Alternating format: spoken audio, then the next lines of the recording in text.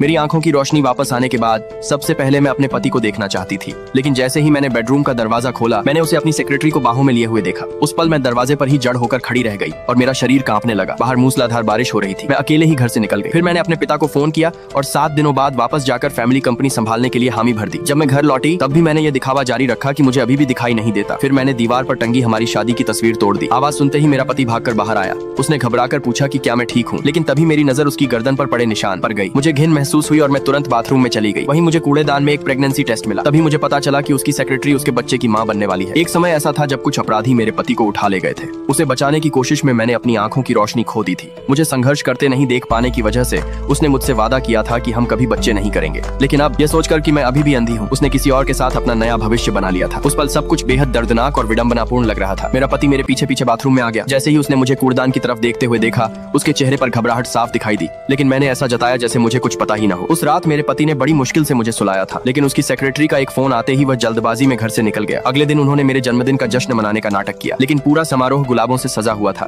जबकि गुलाब वे फूल थे जिनसे मुझे सबसे ज्यादा नफरत थी। यहाँ तक कि केक पर मेरा नाम हटाकर उसकी सेक्रेटरी का नाम लिख दिया गया था। जब मेरा पति कुछ देर के लिए वहाँ से गया तब उसकी सेक्रेटरी मेरे सामने आ गई। उसने कहा कि वह और मेरा पति काफी समय से साथ है। मैं मुस्कुराई और उससे कहा वह मुझे तलाक नहीं देगा और तुमसे शादी भी नहीं करेगा। मेरी बात सुनते ही उसका चेहरा गुस्से से पीला पड़ गया। जब मेरा पति वापस आया तो दोनों मेरे सामने ही पार्टी छोड़कर जल्दी चले गए। मेरे जाने से एक दिन पहले मैंने हमारी साथ की सारी तस्वीरें जला दी, यहाँ तक कि अपनी शादी की अंगूठी भी आग में फेंक दी। मैं चाहती थी कि मेरा पति रुककर मेरे साथ आखिरी बार खाना खाए, लेकिन उसकी सेक्रेटरी लगातार उसे संदेश भेज रही थी और वापस बुला रही थी। वह बेचैन होने लगा। आखिरकार उसने फिर मुझे अकेला छोड़कर जाने का फैसला किया। जैसे ही वो मुड़कर जाने लगा मैंने उसे रोक लिया। फिर मैंने उसके हाथ में एक दस्तावेज थमा दिया। उसने बिना पढ़े ही तुरंत उस पर हस्ताक्षर कर दिए, लेकिन वह दस्तावेज दरअसल हमारे तलाक के कागजात थे। उधर वह अपनी सेक्रेटरी को अस्पताल जांच के लिए लेकर गया। वहीं डॉक्टर से उसे पता चला कि मेरी आंखों की रोशनी पहले ही वापस आ चुकी थी। ये सुनते ही वह सन्न रह गया। तभी उसे एहसास हुआ कि पिछले कुछ दिनों से मैं सब कुछ अपनी आंखों से देख रही थी। वह पागलों की तरह घर की ओर दौड़ा, लेकिन जब तक वह वहां पहुंचा घर पूरी तरह खाली हो चुका था।